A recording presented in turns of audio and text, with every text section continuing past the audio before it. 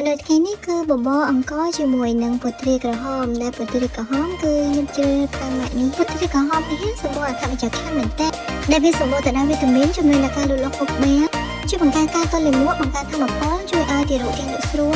ហើយមកដាក់ចូលអាហារឬក៏ធ្វើទឹកស៊ុបវិញគឺជាបង្កើនរសជាតិផ្អែមនៃទឹកស៊ុបធ្វើឲ្យរសជាតិកាន់តែឈ្ងុយឆ្ងាញ់តែម្ដងហើយពទ្រាគ្រីមដែលល្អគឺមានសភាពបែបនេះគឺអត់ក្រហមចំដិតនោះទេហើយសាច់ពទ្រាវិញគឺឆ្ងាញ់តែម្ដង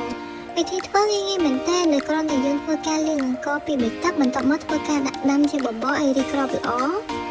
ឯពទ្រាវិញត្រូវធ្វើការបកសម្បកឲ្យស្អាតហើយដកគ្រាប់ចេញបែបនេះធ្វើការបង់ចូលនៅពេលអង្កររីកគ្រាប់ល្អរំងាស់10នាទីជាការស្រេចបន្ទាប់មកធ្វើការកិនបបរឲ្យម៉ត់តាមល្បែងនៃអាយុក្មេងបើចំពោះម៉ាស៊ីនកិនវិញគឺខ្ញុំរៀបកំណត់មកប្រើប្រភេទទុយៗបែបនេះគឺស្រួលប្រើតែម្ដងហើយកិនបានម៉ត់ល្អខ្លាំងតែម្ដងណាចំពោះល្បែងបបរមួយម៉ាក់ត្រូវកិនឲ្យស័ក្តិសមតាមអាយុក្មេងបើសិនជាក្មេង6ខែគឺធ្វើការកិនឲ្យបានម៉ត់ខ្លាំងណាបន្ទាប់មកយើងធ្វើការចាក់ចូលចានឲ្យអូនញ៉ាំបានហើយចំពោះមនុស្សមួយនេះអូន6ខែឡើងគឺគាត់អាចញ៉ាំបានរសជាតិឆ្ងាញ់តែម្ដងនិយាយទៅមិនដាក់គ្រឿងអីទេវាបានរសជាតិផ្អែមពីពទ្រាគ្រីមហើយនិយាយទៅឆ្ងាញ់ហើយឈ្ងុយតែម្ដងណាម៉ាក់អាចសាកល្បងធ្វើឲ្យអូនញ៉ាំបានទេ